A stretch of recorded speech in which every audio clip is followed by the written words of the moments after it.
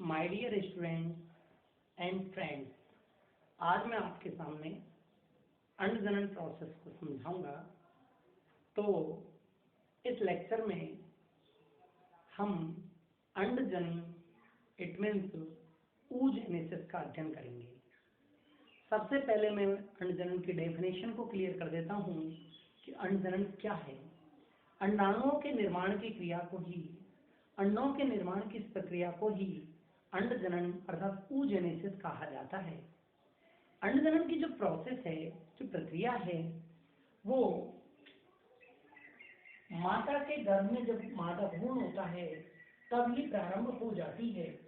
भ्रूण अवस्था से ही यह क्रिया प्रारंभ हो जाती है। इस अवस्था में अंडजननी जो कोशिकाएं होती है वो निर्मित होने लग जाती है और समसूत्री विभाजन के द्वारा, माइटोसिस डिवीजन के द्वारा ये oogonia जो अंडजननी कोशिकाएं हैं जो निर्मित हुई थी वो अपनी संख्या को बार बार में बढ़ा लेती है और प्रोफेज फर्स्ट अर्धसूत्री विभाजन में जो प्रोफेज फर्स्ट है, इस प्रथम जो अवस्था है, इस अवस्था में प्रवेश तो कर जाती है, लेकिन इनका जो विकास है, इनका जो डेवलपमेंट है वो रुका हुआ पड़ा रहता है। जब तक रुका रहता है जब तक कि यह मादा भ्रूण प्रसव की क्रिया के पश्चात यौवन आरंभ अवस्था तक नहीं पहुंच जाता है, नहीं पहुंच जाती। इस प्रकार से एक मादा भ्रूण में अंडजननी कोशिकाओं का निर्माण तो जब ही हो जाता है जब वो माता के गर्भ में होती है और वो अंडजननी कोशिकाएं अर्थात मातृजनन कोशिकाएं अपनी समसूत्री विभाजन के द्वारा संख्या को भी बढ़ा लेती है, लेकिन उनका विकास रुका हुआ रहता है जब तक कि वह बालिका यौवन आरंभ अवस्था में नहीं पहुंच जाती। बालकों में यौवन आरंभ काल जो होता है वो 14 से 16 वर्ष का होता है, अतः इस काल में ही शुक्राणुओं का निर्माण प्रारंभ होता है। बालिकाओं में जो यौवन आरंभ अवस्था है वो 12 से 14 वर्ष की आयु में होती है। 12 से 14 वर्ष की आयु में यौवन आरंभ काल के प्रारंभ हो जाने पर जो रजस्राव होता है, रजधर्म होता है, एमसी पीरियड होता है, वो प्रारंभ हो जाता है। अतः उस बालिका में अंडाणुओं का निर्माण बनना प्रारंभ हो जाता है। तो जैसे ही बालिका यौवन आरंभ अवस्था में आती है, मैच्योर हो जाती है, तो उस स्थिति में अंडजनन की इस प्रक्रिया को हम निम्नलिखित पदों में डिवाइड कर सकते हैं। अंडजनन की प्रक्रिया को भी शुक्रजनन के समान ही मैं 3 भागों में आपको डिवाइड करके पढ़ाऊंगा। नंबर 1 गुणन अवस्था, नंबर 2 वृद्धि अवस्था, नंबर 3 में पढ़ाऊंगा परिपक्वन अवस्था। सेम प्रोसेस रहेंगे, तीनों ही प्रोसेसों का नाम वही रहेगा, लेकिन यहाँ पर जो अंडजनन की जो ग्रोथ फेज है, वृद्धि अवस्था है, वो शुक्रजनन की तुलना में थोड़ी सी लंबी पढ़ाऊंगा। थोड़ी सी डीप में जाकर के पढ़ेंगे हम, क्योंकि वो थोड़ी सी लेंदी है, लंबी है, कठिन है। तो देखिए, सबसे पहले अंडजनन की हम पहली प्रोसेस को लेते हैं गुणन प्रावस्था। गुणन प्रावस्था नाम से ही क्लियर है, गुणन गुणन होता है मल्टीप्लीकेशन अर्थात संख्या में ग्रोथ करना, संख्या को बढ़ा लेना। तो देखिए, जैसे ही बालिका यौवन आरंभ अवस्था में आ जाती है तो उसमें स्थित मातृ युग्मक कोशिका या oogonia जो बनी थी माइटोसिस के द्वारा, वो बार बार समसूत्री विभाजन के द्वारा अपनी संख्या को बढ़ा लेती है और परिणाम स्वरूप इसको संख्या बढ़ने के कारण ही गुणन प्रावस्था का नाम दिया जाता है। तो आपके अंडजनन का जो पहला प्रोसेस है अर्थात जो oogonia सेल है, मातृजनन कोशिकाओं ने बार बार समसूत्री विभाजन में भाग लेकर के अंडजननी कोशिकाओं का निर्माण कर लिया है। काफी सारी संख्या में oogonia निर्मित हो गई है। इस अवस्था को ही गुणन प्रावस्था कहते हैं। आपको जैसा कि चित्र में मैंने बताया है कि प्रारंभ में एक द्विगुणित कोशिका है जिसको हम मातृजनन कोशिका या PMG cell, primordial germ cell बोल सकते हैं। वो जर्म सेल या जनन कोशिका इसमें भाग लेती है और प्रोसेस नंबर वो एक ही है, गुणन प्रावस्था। इसमें समसूत्री विभाजन होता है, एक कोशिका से 2 बन जाती है। माइटोसिस को हिंदी में समसूत्री विभाजन कहते हैं। 2 से 4, 4 से 8, 8 से 16, इस प्रकार नई कोशिकाएं बनने लग जाती है, oogonia बनने लग जाती है। इन oogonia के बनने के पश्चात इसमें से कुछ कोशिकाएं oogonia सेल्स अगली प्रावस्था में पहुंच जाती है। तो दूसरे नंबर की अगर प्रावस्था की मैं बात करता हूं तो वो आती है हमारी वृद्धि प्रावस्था। चित्र में मैंने नीले कलर से लिख रखा है वृद्धि प्रावस्था, ग्रोथ फेज, और यहाँ पर लिख रखा है वृद्धि प्रावस्था। तो हम वृद्धि प्रावस्था की बात करते हैं तो यहाँ पर जो अंडजनन की वृद्धि प्रावस्था है वो शुक्र जनन की वृद्धि प्रावस्था से काफी लंबी होती है। ध्यान रहे आपको, ये भी क्वेश्चन आता है काफी बार कि इनकी दोनों के ग्रोथ फेजों में क्या अंतर है। तो जो oogenesis होती है, oogenesis के प्रोसेस में अंडजनन की जो वृद्धि प्रावस्था है वो बहुत ही ज्यादा लंबी होती है बजाय किसके, शुक्र जनन के। अब हम दूसरे नंबर की पढ़ा रहे हैं वृद्धि प्रावस्था। वृद्धि प्रावस्था में जो ओगोनिया है वो अर्धसूत्री विभाजन फर्स्ट में भाग तो ले लेती है लेकिन ये पूर्ण नहीं होता। ओगोनिया अर्धसूत्री विभाजन मियोसिस फर्स्ट में भाग तो ले लेती है लेकिन ये पूर्ण नहीं होता। इस स्थिति में ये वृद्धि कर लेती है और वृद्धि करके जो एक जीवित कोशिका है ओगोनिया वो वृद्धि करके अपने आकार को बढ़ा लेती है। इस स्थिति में इसको प्राइमरी oocyte, प्राथमिक अंडक कहा जाता है। क्या कहा जाता है, प्राथमिक अंडक। इंग्लिश में बोले तो प्राइमरी oocyte कहा जाता है।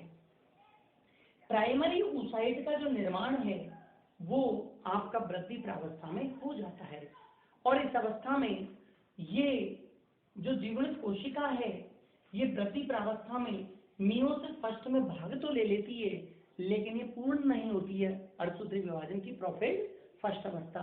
इस अवस्था में सबसे पहले जिसका मैंने अभी आपको नाम बताया था कि एक जीवनित कोशिका बड़ी हो गई है जिसे प्राइमरी oocyte बोला है आपने, वो बीचों बीच में व्यवस्थित हो जाती है और अन्य जो कोशिकाएं हैं वो इसके चारों ओर घेरा बना करके और इसके चारों ओर व्यवस्थित हो जाती है। इस प्रकार जो अन्य कोशिकाएं हैं वो प्राइमरी oocyte के चारों ओर जब व्यवस्थित हो जाती है तो उन अन्य कोशिकाओं को तो मेम्ब्रेना ग्रेन्युलोसा कहा जाता है।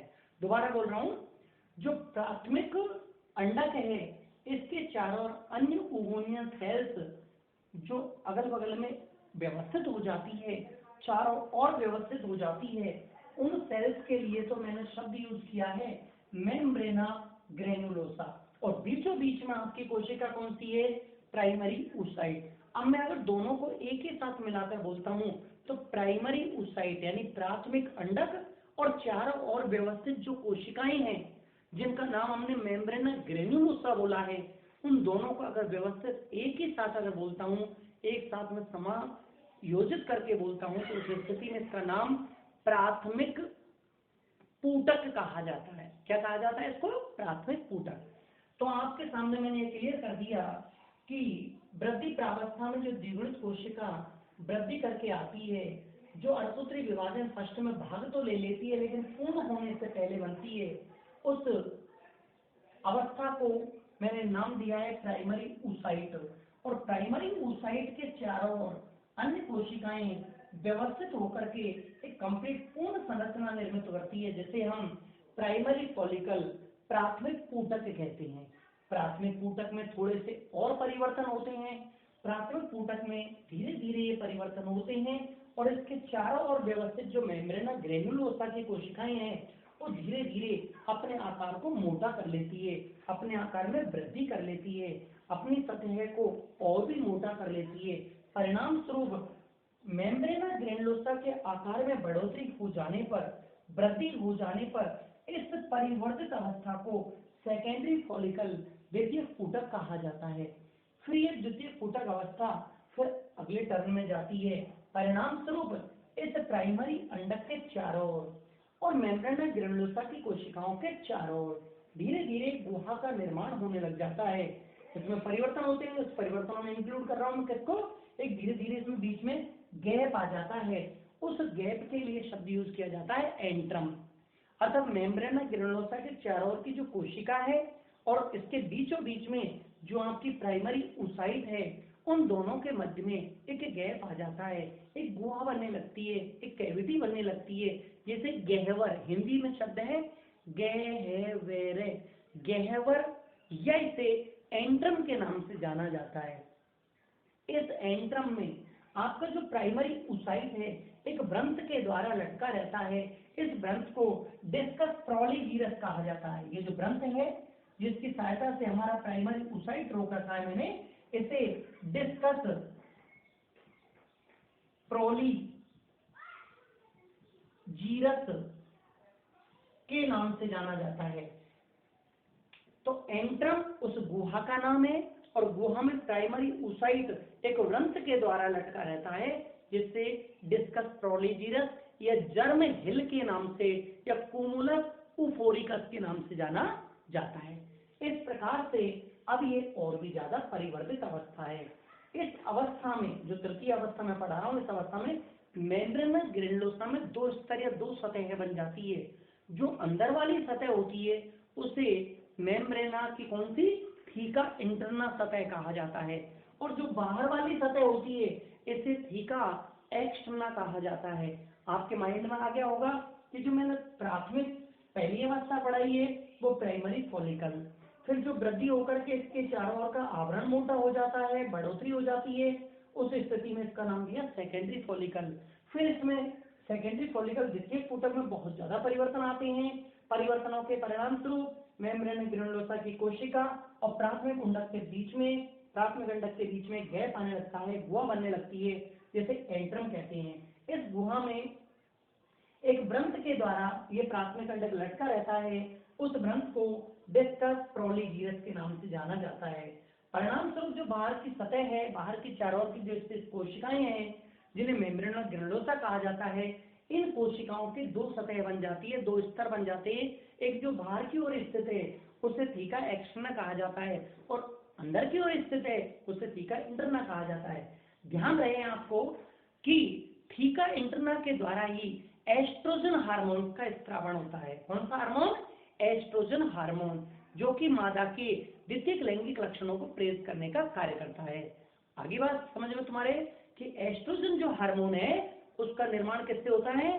मेम्ब्रेना ग्रेनुलोसा कोशिकाओं से, या फिर मेम्ब्रेना ग्रेनुलोसा कोशिकाओं के प्रथम स्तर जो आंतरिक स्तर है उसका नाम थीका इंटरना के द्वारा एस्ट्रोजन हार्मोन का सेक्रेशन किया जाता है। अब हमारी जो तृतीय प्रावस्था है, इस तृतीय प्रावस्था को ही हम तृतीय संरचना को ही हम तीसरी प्रावस्था में अर्थात तीसरी अवस्था में परिपक्वन प्रावस्था में। तो ध्यान रहे तृतीयक जो पूटक है मेरी जो वृद्धि प्रावस्था में तीसरी अवस्था बनी है तृतीयक पूटक अर्थात टर्सरी फॉलिकल। ये टर्सरी फॉलिकल तृतीय पूटक की परिपक्वन प्रावस्था में भाग लेने के लिए चला जाता है। इस स्थिति में ध्यान रहे आपको कि जैसे ही ये तृतीय फॉलिकल अवस्था या पूटक अवस्था परिपक्वन अवस्था में जाती है, वहां पर जाते ही अर्धसूत्री विभाजन फर्स्ट पूर्ण हो जाता है। ध्यान रहे मैं आपको यहाँ पर अर्धसूत्री विभाजन दो प्रकार के पढ़ाऊंगा। सबसे पहला जो प्राइमरी ओसाइट है वो वृद्धि प्रावस्था के दौरान बना था, वो यहाँ पर अर्धसूत्री विभाजन फर्स्ट को पूर्ण कर लेता है। अर्धसूत्री विभाजन जो फर्स्ट होता है उसे न्यूनकारी विभाजन भी कहते हैं, क्योंकि इसमें जो कोशिकाएं हैं जो निर्मित होंगी वो 1 से 2 बनेगी तथा परिणाम स्वरूप ये एगुणित बनेंगी। एगुणित हैप्लॉइड सेल्स का निर्माण होगा और ये जो हैप्लॉइड सेल्स जो होती है, एगुणित कोशिकाएं होती है, उनमें गुणसूत्रों की संख्या भी अपनी पूर्ववर्ती जनक कोशिका की तुलना में आधी होती है। और उसके बाद में जो मियोसिस सेकंड पढ़ाऊंगा मैं आपको बाद में, जस्ट दोबारा बोलूंगा, तो मियोसिस सेकंड में आपको एक चीज याद रखनी है कि न्यूनकारी नहीं होता, ये समसूत्री विभाजन के इक्वल होता है। इसमें कोशिकाएं तो 1 से 2 और 2 से 4 बन जाती है, लेकिन यहाँ पर गुणसूत्रों की संख्या आधी नहीं होती है। तो मैं आपसे बात कर रहा था कि जो वृद्धि प्रावस्था है उसमें बनने वाली जो तृतीय कूटक अवस्था है, ये तृतीय कूटक अवस्था ने परिपक्वन विभाजन में या परिपक्वन प्रावस्था में भाग लिया, तो लेने के पश्चात यहाँ पर एंट्री करते ही अर्धसूत्री विभाजन क्या हो जाता है? पूर्ण हो जाता है। अर्धसूत्री विभाजन के पूर्ण होते ही इससे 2 एगुणित कोशिकाएं बनती है, जो एक तो बड़ी बनती है आकार में और दूसरी छोटी बनती है। इस बड़ी बनने वाली कोशिका को सेकेंडरी ओसाइट अर्थात द्वितीयक अंडक कहा जाता है, और जो छोटे आकार की बनती है उसे पोलर बॉडी अर्थात ध्रुवीय काय कहा जाता है। आपके समझ में आ गया होगा कि परिपक्वन प्रावस्था में जो तृतीय पूटक अवस्था ने भाग लिया था, उसके भाग लेते ही अर्धसूत्री विभाजन फर्स्ट क्या हो चुका है? पूर्ण हो गया है। परिणाम स्वरूप न्यूनकारी विभाजन है, इसके दौरान 2 कोशिकाओं का निर्माण हुआ, दो कोशिकाओं में भी कैसी कैसी, एक बड़ी कोशिका बनी, एक छोटी बनी। एक बड़ी कोशिका जो बनी है वो सेकेंडरी oocyte के नाम से जानी जाती है, छोटी कोशिका बनी है उसे पोलर सेल के नाम से जाना जाता है, पोलर बॉडी या पोलर सेल। इसे हिंदी में ध्रुवीय काय कहते हैं, मैंने नीचे लिख रखा पोलर बॉडीज, इसे ध्रुवीय काय या पोलर बॉडीज के नाम से जाना जाता है। तो ध्यान रहे सेकेंडरी oocyte का आकार थोड़ा सा बड़ा होता है। सेकेंडरी oocyte का आकार बड़ा क्यों होता है? क्योंकि इसमें पदार्थों की जो पोषक पदार्थ होते हैं उनकी मात्रा क्या होती है, बड़ी होती है, ज्यादा होती है, मात्रा ज्यादा होती है, जबकि ध्रुवीय काय में पोषक पदार्थों की मात्रा नगण्य होती है। ध्यान रहे आपको जो ध्रुवीय कोशिका है वो मैं बनाने को तो बना रहा हूँ, लेकिन आज तक इनका कोई भी कार्य ज्ञात नहीं है। अगर ज्ञात होता है भविष्य में तो वो आपके और मेरे चर्चा में आ जाएगा। सेकेंडरी oocyte में पोषक पदार्थ ज्यादा क्यों थे, इसके पीछे मैं आपको रीजन बता देता हूँ। ये सेकेंडरी oocyte ही वो कोशिका है जो कि अंडोत्सर्ग के समय पर सेकेंडरी oocyte को ही छोड़ा जाएगा, ध्यान रखना। और ये इसमें पोषक पदार्थों की मात्रा ज्यादा है, उसके पीछे एक रीजन है कि ये निषेचन की क्रिया में भाग लेके आगे डेवलपमेंट परिपक्व प्रावस्था के बाद में डेवलप्ड होगी, इस कारण से इसमें पोषक पदार्थों की मात्रा ज्यादा है। अब ध्यान रहे हमको कि जो सेकेंडरी oocyte और ध्रुवीय काय बनी है ये हमारे मियोसिस डिवीजन सेकंड में भाग लेती है।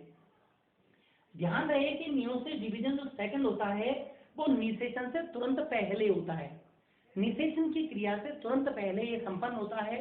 और इस निषेचन की क्रिया के तुरंत पहले जो मियोसिस डिवीजन सेकंड प्रारंभ कंप्लीट होता है तो उसमें जो सेकेंडरी oocyte है वो तो कन्वर्टेड बड़ी कोशिका में हो जाता है, उसका नाम तो है ओवम अंडाणु। तो एक तो अंडाणु बन जाता है और परिणाम स्वरूप एक छोटी कोशिका बनी है वो ध्रुवीय काय, और ध्रुवीय काय से निर्मित होने वाली दोनों ध्रुवीय काय। तो कुल मिलाकर के एक अंडजनन के पूरे प्रोसेस में हमारी 3 तो ध्रुवीय काय अर्थात पोलर बॉडीज बन चुकी है और एक हमें ओवम अर्थात अंडाणु का निर्माण हो चुका है। तो ध्यान रहे आपको, यदि हम बात करते हैं कि शुक्र जनन में तो एक नर जन्म कोशिका से 4 शुक्राणुओं का निर्माण हुआ था, लेकिन अंड जनन में आपको मैं बता देता हूं कि एकमात्र जनन कोशिका से केवल और केवल एक ही अंडाणु का निर्माण होगा। इसमें निर्मित होने वाली 3 कोशिकाएं बहुत ज्यादा आकार में छोटी होंगी, एगोनित होंगी और जिन्हें ध्रुवीय काय अर्थात पोलर बॉडीज कहा जाता है, जिनका कोई भी कार्य हमें ज्ञात नहीं है। अब बात आती है कि जो सेकेंडरी oocyte है वो सेकेंडरी oocyte अंडोत्सर्ग की क्रिया के समय बाहर छोड़ा जाएगा। मनुष्य में रस चक्र 28 दिन का होता है, जिसमें से 14वें दिन अंडे के उत्सर्ग की क्रिया होती है। अंडे उत्सर्ग की क्रिया के दिन, अंडोत्सर्ग की क्रिया के दिन जो सेकेंडरी oocyte है वो मेम्ब्रेना ग्रेनुलोसा के स्तरों को, चारों ओर के स्तरों को तोड़ करके और ओवम की जो अंडवाहिनी कीप है उसमें छोड़ दिया जाता है।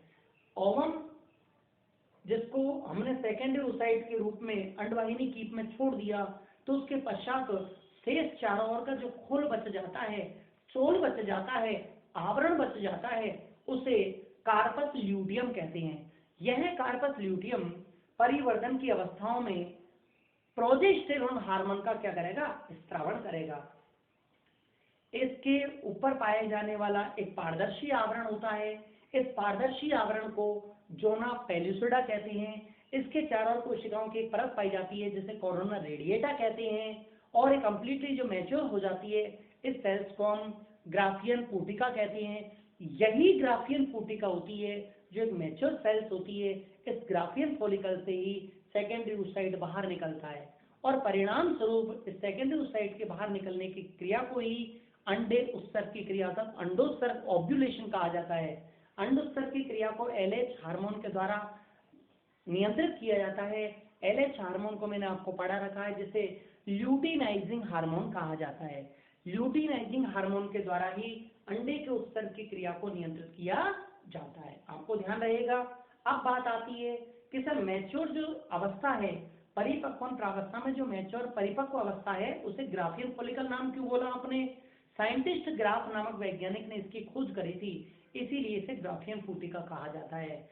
ग्राफियन पुटिका एक मैच्योर सेल का नाम होता है जिसमें से सेकेंडरी oocyte तो बाहर निकल करके निषेचन की क्रिया में भाग लेने के लिए चला जाता है और बचा हुआ शेष आवरण है वो कार्पस ल्यूटियम में परिवर्तित हो जाता है और प्रोजेस्टेरोन हार्मोन का स्त्रावण करता है। यदि निषेचन हो जाता है तो यह कार्पस ल्यूटियम प्रोजेस्टेरोन हार्मोन का स्त्रावण करता रहेगा और गर्भधारण की क्रिया को बनाए रखेगा।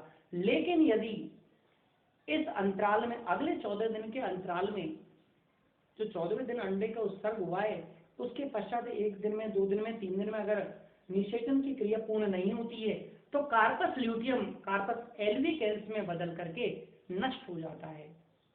इस प्रकार से मैंने आपको ये प्रोसेस पढ़ाया, इसमें 2-4 लाइन ज्यादा बोल गई है, लेकिन आपको ध्यान रहे कि जो अंडजनन की क्रिया है जिसमें एक ओवम का निर्माण हो गया है, तो आपका ये भी प्रश्न क्लियर हो चुका है कि अंडजनन की क्रिया में एक मात्र जन्म कोशिका के भाग लेने पर केवल एक ही अंडाणु का निर्माण होता है, जबकि शुक्र जनन में हमने एक नर जन्म कोशिका के भाग लेने पर 4 शुक्राणुओं का निर्माण पढ़ाया।